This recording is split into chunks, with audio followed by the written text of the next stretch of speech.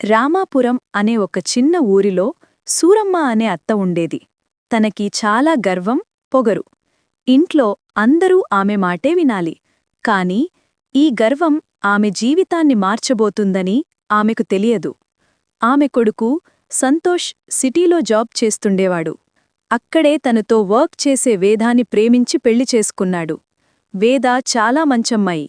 ఒకరోజు వేదాని తీసుకొని తన తల్లి దగ్గరకు వచ్చాడు. వాళ్లకు ఎదురుగా వస్తున్న సూరమ్మకు ఏమీ అర్థంకాక ఆశ్చర్యంగా చూస్తుంది. అమ్మా, తను వేద. నాతో పాటు సిటీలో వర్క్ చేస్తుంది. మేమిద్దరం ప్రేమించుకున్నామమ్మా. కొన్ని కారణాల వలన నీకు చెప్పకుండా పెళ్లి చేసుకోవాల్సొచ్చింది. ఎంత పని చేశావురా! నిన్ను పెంచి పెద్ద చేసి ఇంతవాణ్ణి చేశాను. నీ మీదనే ఆశలు పెట్టుకున్నాను. నిన్ను ఎంత నమ్మానురా! నమ్మినందుకు ఇంత మోసం చేస్తావనుకోలేదు. నేను చచ్చాననుకున్నావా?